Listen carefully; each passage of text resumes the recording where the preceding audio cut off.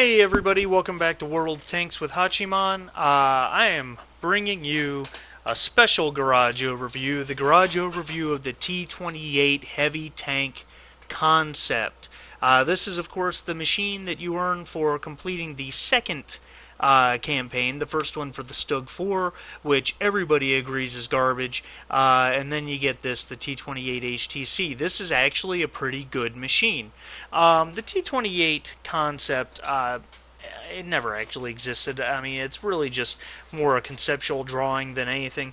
In fact, the only T28 that exists is in Fort Benning, Georgia. 2 were completed, and the only one surviving is in Fort Benning, Georgia, and what we know is the T28 in real life is actually the T95 in World of Tanks.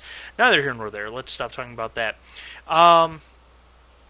This machine is, it's actually pretty good. The Stug 4 was a piece of garbage, everybody pretty much agrees, but the T28 HTC is pretty good, but it is a one-trick pony. It is a situational machine that has to be used a certain way.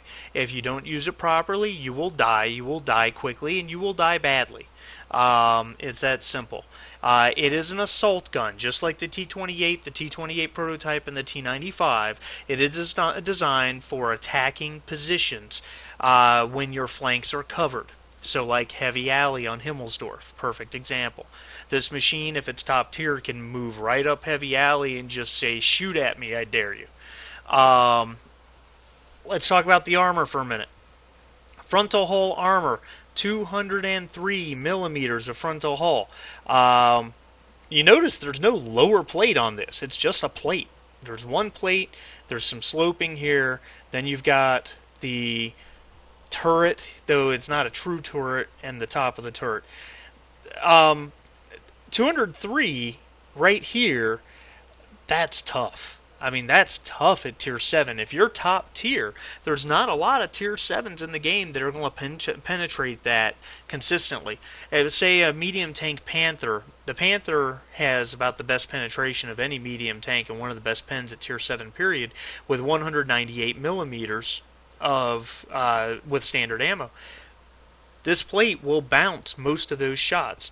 Yes, you can get a high pen roll and get as high as 240-something pen, but if I'm angled like this, good luck. Getting through that, it's just, without premium ammo, is very difficult. Further, shooting this upper part right here, I mean, look at the slope of that. I mean, that's ridiculous. It's not even 30 degrees. So, I mean, again, you're not going to pen. If you shoot that part, what's more likely to happen is if you hit it head on, it's going to bounce up into the turret, having lost so much of its penetrating power that it's just ineffective. There is a hatch right here, which I assume to be the driver's hatch. Theoretically a weak spot, not really, because the hatch has got really good sloping leading up to it. Not easy to hit. Frontal turret. This is not a viable target.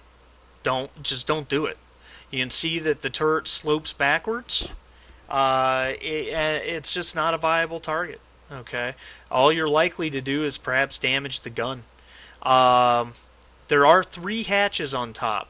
Those are weak points. However, if you're on level ground like this, that is not an easy target. You are shooting somewhat up at it, at an angle, and you can see they are very, very well rounded, even though they do have observation ports on them.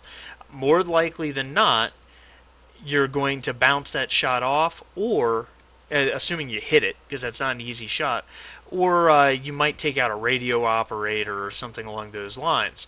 If you're shooting down, that's a much more viable target. By the way, shooting down on this, don't get hit by arty, because the top of this thing has essentially no armor. Now, Hachi, everyone says that the turrets on the side are the weak spots. All you gotta shoot is the 50 cal machine gun turrets that are on the sides. Yeah, that's true. I don't think you understand how difficult a shot that actually is. Unless you have a very, very accurate weapon or you're at very close range. Because if you hit the turret here, it's likely to bounce off that way. Okay? So what you have to do is you have to hit pretty much straight on the machine gun. The problem is that's a very hard precision shot. You miss a little to the left and you catch this right here, in which case it's going to bounce off. Or you shoot a little to the right, you catch this, or it's going to bounce off.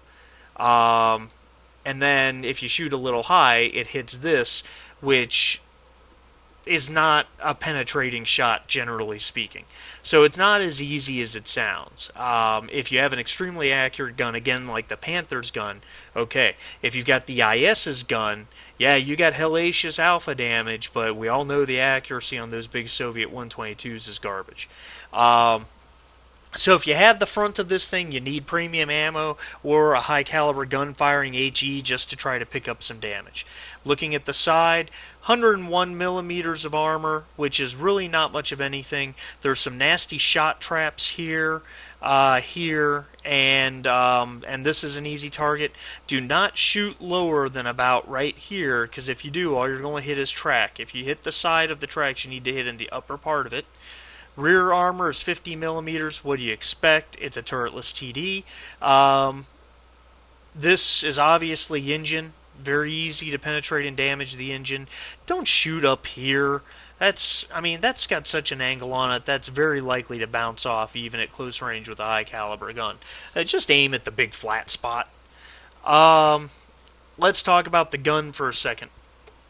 The gun on this machine is a Tier 7 105mm T5 gun. Hey, we've seen this gun before. It's basically the same damn gun that is on all the American 105s around Tier 7. It is 181mm of penetration with standard ammo, which is more than adequate at Tier 7, even for handling Tier 8s and 9s to some extent. 224 if you have to fire premium ammo. Of course, the damage is 320, being a 105, 420 with HE. Dispersion is not great. 0.4 meters dispersion at 100 meters, but again, it is a Tier 7 American 105mm, and we all know they're not known for accuracy. However, like all American guns, pretty much, the aim time is very good at 2.3. You do not need a gun-laying drive with this gun. You just don't need it. The engine's a Tier 10 engine with 960 horsepower. Unfortunately, this machine weighs about 71 tons. That gives you about a 13.5 weight to, horsepower to ton ratio, horsepower to weight specific power, which means that she's a little slow. However, top speed is 29, and it will get up to its top speed very quickly, but its traverse sucks, okay? Its traverse is 18 degrees a second, and it really cannot move forward or back while traversing. It will come virtually to a standstill. Radio, 570 meter signal range, not great, but good enough, I suppose. Back to the gun for a second. This thing has a 6 round per minute rate of fire, which anyone doing basic math can tell you is 10 seconds with a 100% loader. This is not a good number. We all know it's not a good number. Most Tier 7 TDs have DPM well over 2,000. 24, 2,500 for the Soviet TDs. But on the other hand, most TDs do not have the armor that this thing has either. So you gotta take the good with the bad. Look at the T28 AT, for example, which has basically the exact same gun, except it's a Tier 8 with 10 millimeters more penetration, but his frontal armor is only 88. Admittedly, it's sloped well, but everyone knows that's easy to pin. With vents and a rammer, you can get your reload time down to 8.44 seconds from 10 seconds. That's as good as it's going to get. So I highly recommend training brothers in arms on these crews. By the way, the crew you get is a 100% crew ready to start their first perk. Of course, the whole point to this machine is to train your American tank destroyer crews. It does not earn extra credits, but it does earn extra XP and does train just like every other premium tank out there. So look, that's it. That's what I got to say about the T28 HTC in the garage. Everything you need to know about playing it and taking one down. You'll get some gameplay over the next few days. Thanks a lot, guys. Subscribe for more. See you next time.